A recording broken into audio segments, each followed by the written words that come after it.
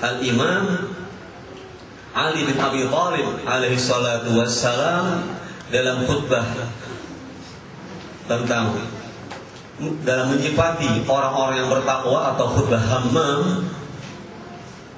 Seorang Hammam, seorang murid yang alaihi salam, orang yang ahli ibadah, seorang yang baik sekali, pernah minta kepada Imam Ali alaihi salam supaya sifatnya kepadaku orang-orang yang bertakwa. Kata beliau, ittaqillah, bertakwalah mastata' semampu. Imam Ali enggak menjawab. Hammam minta lagi. Imam Ali, bertakwalah, berbuatlah baik. Tidak puas Hammam, minta lagi. Yang pada akhirnya bicara panjang lebar tentang ciri orang yang bertakwa, yang diantaranya apa? Wahum wal jannah kaman qad ra'aha wa hum fiha mun'amun. Mereka orang-orang yang bertakwa atau orang yang qaul rabbuna Allah tsumma istaqamu, mereka dengan surga seperti orang yang pernah menyaksikan surga, wa hum fiha mun'amun, mereka merasa terhibur. Al-Imam Ali As-Sajjad alaihi salam setiap kali membaca ayat tentang surga, beliau gembira dan senang. Dan sebaliknya, wahum wanar kaman qad ra'aha wa hum fiha mu'adzabun. Mereka orang yang bertakwa atau alladzina qala rabbuna Allah tsumma istaqamu, mereka dengan surga akan melihat surga, mereka mu'adzab, tersiksa dengan itu. Juga Imam Sajjad ketika membaca ayat tentang siksaan neraka, beliau bergetar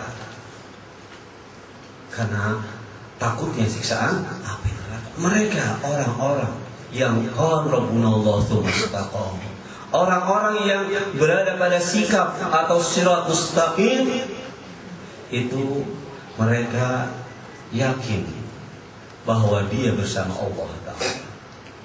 Ketika mereka kesedihan, mendapatkan muskilah, mendapatkan problema, kesulitan, mereka datang kepada Allah dan mereka terhibur dengan Allah Subhanahu wa Ta'ala.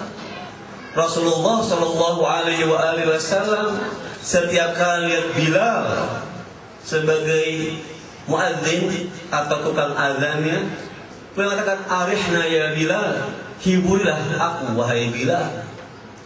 Rasulullah orang yang merindukan sholat. Kalau sholat beliau merasa terhibur, tenang. Makanya beliau banyak sholat, banyak melakukan sholat, tidak hanya yang wajib tapi juga yang sunnah, karena sholat sebuah hiburan bagi mereka. Ketika sholat berjumpa dengan Allah Ta'ala, itulah surga yang sebenarnya. Ketika jauh dari Allah, itulah neraka yang sebenarnya. Sayyidah Fatimah Zahra alaiha salam dalam salah doanya, ya Rabb, ya Allah, jangan kau tinggalkan aku tarfat ainin abada, sekedip mataku. Artinya mereka orang-orang yang ingin selalu bersama Allah. Itulah surga, itulah kenikmatan yang tiada tara. Ketika jauh dari Allah, mereka ingin sebuah siksaan, sebuah adab. Ketika jauh dari Allah Ta'ala, wa abshiru bil jannah, karena mereka qalu rabbuna Allah tsumma istaqamu, dia bersama Allah terus, itulah surga. Dia mendapatkan surga yang sebenarnya. Dan ini tentu tidak hanya para maksumin dari kalangan para nabi maupun ausia, para imam, orang saleh pun. Karena dalam ayat alladzina nabiyina was-siddiqina wasyuhada was-salihin, dalam sebuah riwayat Rasulullah di pagi hari berjalan-jalan di kota Madinah, menjumpai seorang pemuda yang mukanya pucat pasti. Beliau bertanya, kaifa asbahta? Wahai pemuda, bagaimana kau di pagi hari ini? Dia menjawab, asbahtu muqinan. Aku di pagi hari ini mempunyai iman atau mempunyai keyakinan. Kata beliau, setiap sesuatu mempunyai tanda. Wa ma alamatu yaqinik, apa tanda keimanan keyakinanmu? kata Rasulullah. Dia menjawab, ya Rasulullah, aku sekarang yang menyaksikan surga di depan mataku. Aku menyaksikan neraka di hadapan mataku sekarang ini. Ini seorang pemuda, bukan nabi, bukan wasi, tapi punya tingkat istiqamah. Orang yang qalu Rabbunallah tsumma istaqama, mereka telah mendapatkan hiburan ketika dia bersolat, melaksanakan salat kepada Allah Subhanahu wa taala. Karena memang salat adalah as-salatu mi'raju kulli mukmin. Bahwa salat adalah mi'rajnya setiap orang mukmin. Jadi mereka telah berada di dalam surga ketika bersama Allah Subhanahu wa taala. Mereka lah yang memperpanjang sujudnya, yang memperlama atau memperbanyak zikir kepada Allah Ta'ala. Sebagaimana Allah sebutkan tentang sebagai orang Yahudi yang Rabbaniyun, yang mereka rukuk sujud di malam hari dia menangis. Itulah orang-orang yang alladzina qalu Rabbunallah tsumma istaqamu, dia telah mendapatkan surga. Tidak gentar dengan cobaan dunia, tidak pernah takut dengan nasib dunia. Dia bersama Allah, itulah surga yang sebenarnya. Tentu selain janji Allah Ta'ala di hari akhirat, tapi ini surga juga ada di dalam dunia ini.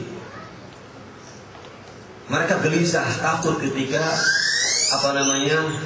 tidak mendapatkan kelezatan ibadah. Banyak doa-doa Ahlul Bait, permintaan, ya Allah, adzikni halawata dzikrik, ya Allah, cicipkanlah untukku nikmatnya atau manisnya berzikir. Mereka telah mendapatkan syahdu atau madu yang manis ketika bersama Allah Subhanahu wa taala. Mereka menangis ketika sholat, menangis ketika berdoa. Itulah sehari-hari dari kehidupan para imam ma'sumin alaihi wassalatu wassalam. Antum juga tentu tahu lebih dari saya tentang bagaimana doa-doa Ahlul Bait, doa Umayyah, doa Abu Hamzah At-Timari, atau doa-doa dalam Sahih As-Sajadi. Ini ungkapan seorang hamba yang sedang berkencan, yang sedang bermesraan dengan sang kekasih, yaitu Allah Subhanahu wa ta'ala. Inilah artinya al-jannah, kenikmatan, la takhafu wa la tahzanu. Orang-orang yang mengatakan Rabbuna Allah tsumma istaqamu, istiqamah, bersikap mustaqim, tidak gentar, maka la takhafu, la khaufun 'alaihim wa lahum yahzanun. Ala inna awliya Allahi la khaufun 'alaihim wa lahum yahzanun. Sesungguhnya para kekasih Allah tidak pernah takut dan tidak pernah gelisah. Ini adalah buah daripada Rabbunallahu tsumma istaqam. Ikhwan akhwat sekalian, kita berada pada malam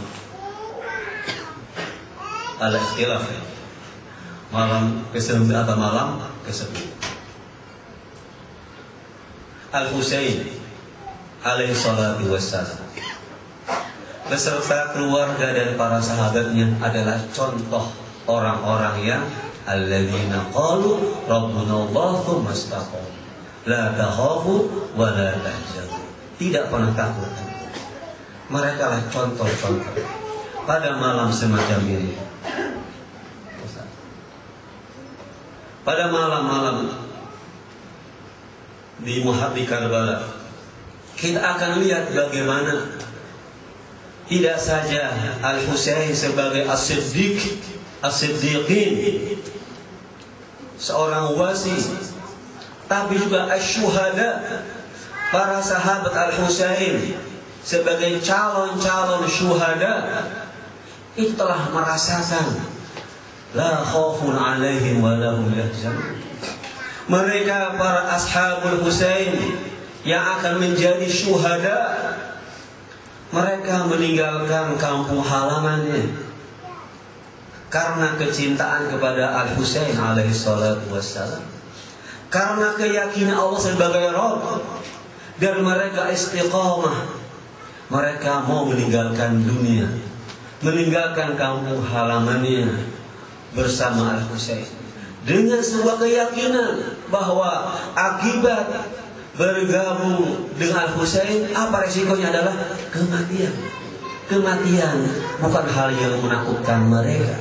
Meninggalkan keluarga tidak membuat mereka gelisah dan sedih. Kenapa demikian? Karena menyongsong kesyahidan bersama Al-Husain alaihissalam. Karena mereka punya keyakinan Rabbuna Allah tsumma istaqamu. Diriwayatkan bahwa pada malam ke-10 Hijriah mereka dalam kehausan. Mereka telah dikepung oleh pasukan Umar bin Sa'ad dalam jumlah yang banyak. Ikhwan, ini suasana yang genting, yang menakutkan. Musuh-musuh siap untuk menghunuskan pedang mereka. Mereka kehausan. Apa yang kalau kita mengalami itu, kita pasti takut. Kita cemas. Kita memikirkan dunia, kematian depan mata. Tapi mereka, para ashab Husain sempat bercanda, tertawa di malam ke-10 Muharram. Dalam sebuah riwayat bahwa